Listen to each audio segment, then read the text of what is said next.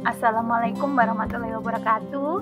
Saya Indah Yuliani, CGP Angkatan 7 Kabupaten Kutai Kartanegara dari SMP Negeri 6 Muara Badak.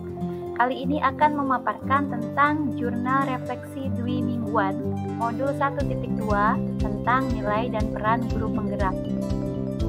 Jurnal refleksi yang saya pakai adalah jurnal refleksi model 4P, yaitu tentang peristiwa, perasaan, pembelajaran, dan perencanaan. Yang pertama, peristiwa apa yang saya dapat pada modul 1.2 ini?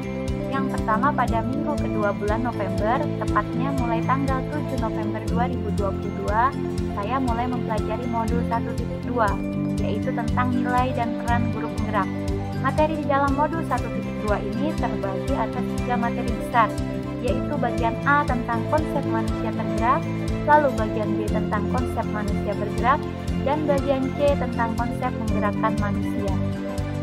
Kemudian, di tanggal 7 dan 8, saya dan teman-teman mengeksplor kegiatan di LMS yang dimulai dengan melakukan refleksi di alur mulai dari diri, lalu mempelajari modul dan berdiskusi secara tertulis di alur eksplorasi konsep. Kami juga membuat trapesium usia. Lalu, setelah mempelajari materi dan berdiskusi di alur eksplorasi konsep, saya dan teman-teman melanjutkan kegiatan diskusi di ruang kolaborasi 1.2 pada tanggal 11 dan 14 November 2022. Pada pertemuan ini, kami dibagi menjadi 3 kelompok, dan saya berada di kelompok 1 bersama Bu Puripah dan Bu Ririn. Di dalam kelompok ini, kami diminta membuat karya yang berisi gambaran singkat yang berbasis kekuatan nilai, lalu merancang satu kegiatan yang sesuai dengan satu nilai GP yang kelompok pilih. Dan pada diskusi ini, kelompok 1 memilih nilai inovatif. Lalu yang terakhir, kegiatan modul 1.2 diakhiri dengan kegiatan diskusi virtual di ruang elaborasi pemahaman bersama instruktur nasional yaitu Bapak Joko Mariono. Pemaparan materi yang disampaikan instruktur sangat jelas dan rinci, sehingga saya pribadi semakin lebih memahami tentang materi modul 1.2. Lalu berikutnya yaitu tentang perasaan apa yang saya dapat setelah mempelajari modul 1.2 ini. Setelah mempelajari modul 1.2, saya merasa senang dan beruntung karena dapat mempelajari materi yang luar biasa. Hal yang membuat saya merasa senang dan beruntung karena saya dapat mengetahui apa itu peran guru penggerak, seperti menjadi pemimpin pembelajaran, menjadi coach bagi guru lain, mendorong kolaborasi, mewujudkan kepemimpinan murid, dan menggerakkan komunitas praktisi. Selain itu, saya juga tahu bahwa selain peran, guru penggerak juga punya nilai-nilai. Nilai-nilai guru penggerak tersebut yaitu mandiri, reflektif, kolaboratif, inovatif, dan berpihak pada murid. Lalu pembelajaran apa yang saya dapat pada modul 1.2 ini?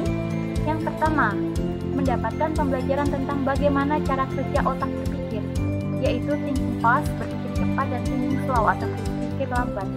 Sebagai seorang pendidik, kita mesti membiasakan diri untuk berpikir lambat, yang berarti menggunakan otak luhur manusia, supaya kita tidak terburu-buru dalam menilai dan memutuskan sesuatu. Lalu, pembelajaran yang kedua adalah bagaimana lingkungan sangat mempengaruhi tumbuhnya karakter anak, sehingga harus memberikan lingkungan yang sehat, baik di sekolah maupun di rumah, sehingga harus ada kerjasama antara orang tua dan guru. Berikutnya, materi berikutnya yaitu tentang nilai dan peran guru penggerak. Ada 5 nilai dan 5 peran yang mesti dimiliki oleh seorang guru penggerak. Lalu, pembelajaran yang saya dapat adalah mendapatkan ilmu tentang profil pelajar Pancasila. Untuk menghasilkan murid yang memiliki profil pelajar Pancasila, kita sebagai guru harus lebih mempelajari dan mencontohkan dalam keseharian yang mencerminkan profil pelajar Pancasila. Kemudian, perencanaan atau future-nya setelah mempelajari modul 1.2 tentang nilai dan peran guru penggerak, saya akan berusaha menerapkan beberapa hal berikut. Yang pertama, dalam rangka mengembangkan diri, maka saya akan mengikuti seminar atau diklat yang akan menambah wawasan dan meningkatkan kompetensi saya sebagai pendidik. Kemudian, melaksanakan pembelajaran yang berpihak pada murid dengan menerapkan model dan media pembelajaran yang inovatif. Lalu, menerapkan budi pekerti yang bagi peserta didik yang baik dengan dengan menerapkan budaya 5S, yaitu senyum, sapa, salam, sopan, dan santun. Menerapkan pembelajaran yang berpihak pada murid dan menyenangkan dengan diskusi, presentasi, serta menggunakan media pembelajaran yang menarik. Kemudian berkolaborasi dengan murid, rekan sejawat, maupun dengan lingkungan sekitar untuk kepentingan murid. Dan terakhir adalah menjadi coach bagi guru lain, seperti membantu mereka yang kesulitan dalam memanfaatkan aplikasi-aplikasi yang mendukung kegiatan pembelajaran. Terima kasih banyak. Assalamualaikum warahmatullahi wabarakatuh.